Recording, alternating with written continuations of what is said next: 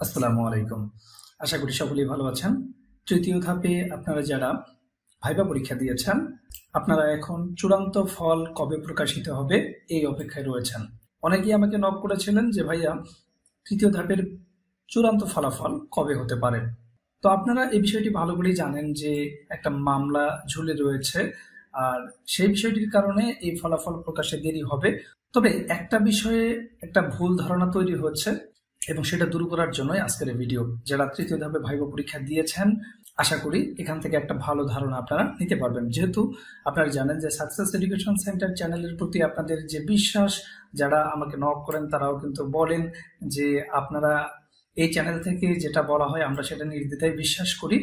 তো আমরাও চেষ্টা করি আপনাদেরকে সঠিক তথ্য জানানোর জন্য। তো দেখুন এখানে সৌদি আরব থেকে ইনি শফিকুল ইসলাম ভাই ইনি নক করেছেন, সম্ভবত তার নিকট আত্মীয় হয়তো পরীক্ষা দিয়েছেন। তিনি আজকে আমাকে নক করেছেন, বলেছেন যে তৃতীয় ধাপের প্রাইমারি চূড়ান্ত রেজাল্ট কবে দেবে একটু দয়া করে জানাবেন স্যার। তো তাকে রিপ্লাই দিয়েছি, যেহেতু একটা মামলা চলমান রয়েছে, হাইকোর্টের এই ব্যাপারটি নিষ্পত্তি না হওয়া পর্যন্ত কিছুটা বিলম্বিত হতে পারে। তারপরেও তিনি স্ক্রিনশট দিয়েছেন, যদিও আমরা অন্য কাজে ব্যস্ত, তারপরেও তার স্ক্রিনশটটা দেখে মনে হলো হ্যাঁ, এখান থেকে কিছু তথ্য আপনাদেরকে দেওয়া উচিত। তো এটা সম্ভবত ডেইলি ক্যাম্পাস থেকে তিনি এই তথ্যগুলো সংগ্রহ করেছেন। 19 জুন আপডেট দিয়েছে। দেখুন এখানে বলা হয়েছে যে সরকারি প্রাথমিক বিদ্যালয়ের সহকারী শিক্ষক পদে তৃতীয় ধাপে ঢাকা ও চট্টগ্রাম বিভাগের জেলাগুলোর 3 পার্বত্য জেলা ছাড়া মৌখিক পরীক্ষার ফল প্রকাশ আদালতের কিছু নির্দেশনা রয়েছে, যেটা আপনারা জানেন যে একটা রিট করা হয়েছে। সেজন্য কিছুটা সময় লাগবে, তবে আমরা চেষ্টা করছি দ্রুত ফল প্রকাশের জন্য। অর্থাৎ প্রাথমিক শিক্ষা অধিদপ্তর এবং প্রাইমারি ও গণশিক্ষা মন্ত্রণালয় তারা চেষ্টা করছে দ্রুত ফল প্রকাশ করার জন্য। তো কনফিউশনটা কোথায় সেটা আমি আপনাদেরকে ক্লিয়ার করে দেব। সম্প্রতি দ্য ডেইলি ক্যাম্পাসের সাথে আলাপকালে কথা বলেন প্রাথমিক ও গণশিক্ষা মন্ত্রণালয়ের সচিব ফরিদ আহমদ। প্রাথমিক ও গণশিক্ষা মন্ত্রণালয়ের জ্যেষ্ঠ এক কর্মকর্তা দ্য ডেইলি ক্যাম্পাসকে বলেন, 6 মাসের স্থগিতাদেশ দেওয়া হলেও তদন্ত প্রতিবেদন আদালতে দাখিল করলে ফল প্রকাশ করা সম্ভব হবে বলে আমরা আশাবাদী। আশা করা যাচ্ছে 60 দিনের মধ্যে তৃতীয় ধাপের চূড়ান্ত ফল প্রকাশ করা সম্ভব হবে।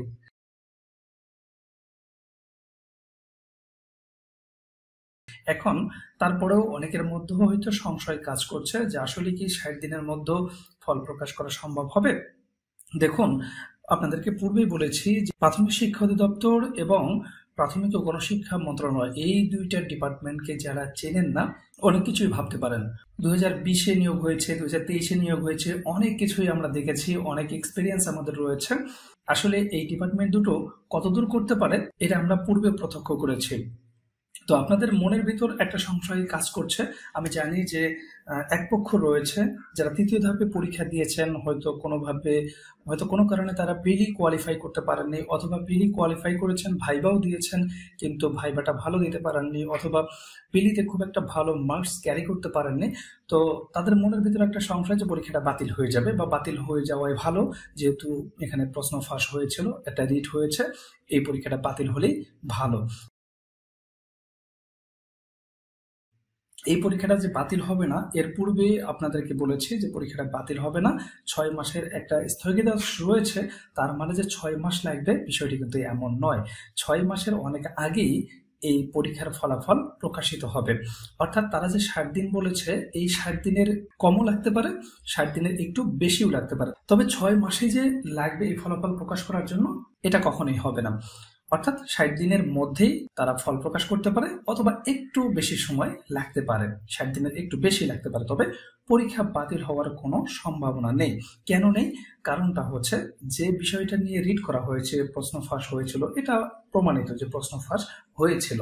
তারা যেভাবে খণ্ডন করেছে যে হ্যাঁ প্রশ্ন ফাঁস হয়েছিল, তারাও স্বীকার করেছে এবং সেগুলোকে তারা আটক করেছে, সেই চক্রটাকে তারা জব্দ করেছে। এখন যারা রিড করেছে তারা হয়তো বলবে যে না, এরকম অনেক প্রশ্ন ফাঁস হয়েছে, অনেকেই প্রশ্ন পেয়ে পরীক্ষা দিয়েছে, তখন হাইকোর্ট বলবে প্রমাণ দেন। তো দেখুন, যারা রিড করেছেন তারা কি ভিডিও করেছেন? তাদের কাছে কি কোনো ডকুমেন্টস রয়েছে, কোনো ভিডিও কিংবা অডিও, লিখিত দলিল, এই টাইপের কোনো কিছু আছে যেগুলো দেখাতে পারে যে অনেক প্রার্থী প্রশ্ন পেয়ে পরীক্ষা দিয়েছে? হয়তো পরীক্ষা দিয়েছে বাট কোনো ডকুমেন্টস নেই। আর যেহেতু ডকুমেন্টস নেই, প্রমাণ নেই, এজন্য এই পরীক্ষাটাকে আটকানো কোনোভাবেই সম্ভব নয়। এটাকে একটা কমন লজিক দিয়ে আপনারা বোঝার চেষ্টা করেন যে প্রাথমিক ও গণশিক্ষা মন্ত্রণালয় তারা এই যুক্তিটা দিবে যে প্রশ্ন ফাঁসের সাথে যারা জড়িত তাদেরকে আমরা আটক করেছি, এরপর আর প্রশ্ন ফাঁস হয়নি।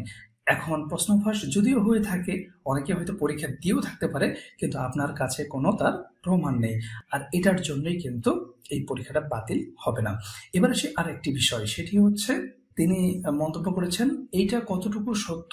এখানে বলেছে 60 দিনের মধ্যে চূড়ান্ত রেজাল্ট দেবে, 23 অথবা 24 বাজেট জুন মাসের শেষ, কেউ বলছে জুনের মধ্যেই চূড়ান্ত রেজাল্ট দেবে। আচ্ছা, এখানে যে কনফিউশনটা তৈরি হয়েছে এটার জন্য মূলত ভিডিওটি দেওয়া। তাছাড়া আপনারা জানেন যে একটা মামলা হয়েছে, এটার কারণে কিছুটা বিলম্বিত হবে রেজাল্ট প্রকাশ করতে। তবে পরীক্ষা যে বাতিল হবে এটা কখনোই হবে না। এই ব্যাপারটা আপনারা যেমন বিশ্বাস করেন, আমরা তার থেকে বেশি বিশ্বাস করি। তবে যে কনফিউশনটার জন্য মনে হলো যে আপনাদেরকে এই ভিডিওটি দেই, তা হচ্ছে এই যে বাজেট নিয়ে, বাজেটের সাথে এই পরীক্ষার ফলাফলটা আপনারা গুলিয়ে ফেলছেন।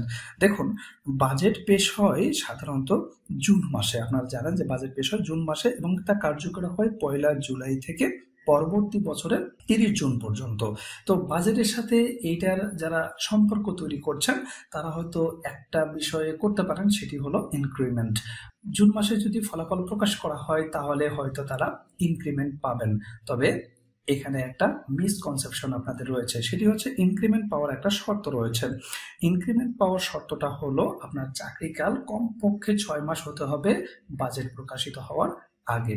অর্থাৎ কোনো প্রার্থী যদি জানুয়ারিতেও যোগদান করে, জানুয়ারির 1 তারিখেও যোগদান করে, 2 তারিখেও যোগদান করে, অর্থাৎ জানুয়ারি থেকে যে কোনো মাসে, পরবর্তী যে কোনো মাসে, জানুয়ারি মাস, ফেব্রুয়ারি মাস, মার্চ মাস যোগদান করলেও ওই বছরে সেই প্রার্থী ইনক্রিমেন্ট পাবে না।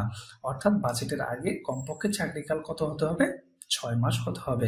তো দেখুন, আপনারা এখন জুন মাসে আছেন, এরপরে জুলাই মাস। তো জুন মাসে এখনো যদি, অর্থাৎ 2-4 দিনের মধ্যে যদি আপনার ফলাফল প্রকাশিত হয়, তারপরেও বাজেটের আগে কিন্তু আপনার 6 মাস হবে না। তো এইটার সাথে আপনারা যে বিষয়টি গুলিয়ে ফেলছেন সেই বিষয়টা আপনাদেরকে ক্লিয়ার করে দিলাম যে আপনাদের যোগদান যদি কথার কথা জুলাই, আগস্ট বা সেপ্টেম্বরে হয়, তাহলেও কিন্তু আপনারা ইনক্রিমেন্ট পাবেন না। কারণ হচ্ছে যে পরবর্তী বাজেটের আগ পর্যন্ত আপনার চাকরিকাল 6 মাস পূর্ণ হয়ে যাবে। সেটা এখন আপনার যোগদানটা আগস্টেও হতে পারে, সেপ্টেম্বরেও হতে পারে, যখনই হোক না কেন, পরবর্তী বাজেটের আগ পর্যন্ত আপনাদের অটোমেটিক 6 মাস পূর্ণ হয়ে যাবে। তো পরবর্তী বছরে গিয়ে আপনারা ইনক্রিমেন্ট পাবেন। এই বছরে কোনো সুযোগ নেই। কাজে এই বাজেটের সাথে এই নিয়োগের বা এই ফলাফল প্রকাশের কোনো সম্পর্ক আমি দেখছি না। তো আমার কথার সারমর্ম হচ্ছে দুইটা। একটা হলো এই যে 60 দিনের সময় তারা নিয়েছে বা 60 দিনের মধ্যে ফলাফল প্রকাশ করতে পারে বলে তারা যে আশ্বাস দিয়েছে, এটি সত্য হতে পারে। 60 দিনের অনেক আগেই ফলাফল প্রকাশিত হবে, অথবা 60 দিন একটু বেশি লাগতে পারে। তবে 6 মাস যে লাগবে এটা কখনোই না। তারা মোটামুটি একটা প্রতিবেদন জমা দিলেই এই ফলাফলটা প্রকাশিত হবে। কারণ প্রাথমিক শিক্ষা অধিদপ্তর এবং প্রাথমিক গণশিক্ষা মন্ত্রণালয়কে আমরা খুব ভালো করে চিনি। ফলাফল বাতিল হওয়ার কোনো সুযোগ নেই। ফলাফল প্রকাশিত হবে 2 দিন আগে অথবা পরে। আর বাজেটের সাথে যে বিষয়টি আপনারা কুলিয়ে ফেলছেন, ইনক্রিমেন্টের ব্যাপারটিও আপনাদেরকে ক্লিয়ার করে দিলাম যে পরবর্তী বাজেটের পূর্বে আপনার চাকরিকাল 6 মাস হলে আপনি ইনক্রিমেন্ট পাবেন। এবারে ইনক্রিমেন্ট পাওয়ার সুযোগ নেই। আপনাদের আগে যারা যোগদান করলো, অর্থাৎ দ্বিতীয় ধাপে যারা যোগদান করলো, তারাও কিন্তু ইনক্রিমেন্ট পাবে না, কারণ এই বাজেটের আগে তাদের চাকরিকাল 6 মাস হবে না। তো বুঝতেই পারছেন, দ্বিতীয় ধাপের প্রার্থীরাই যেখানে এই বছরে ইনক্রিমেন্ট পাবে না, সেখানে আপনাদের তো প্রশ্নই আসে না। তো আশা করি পুরো ব্যাপারটি আপনারা ক্লিয়ার হয়েছেন।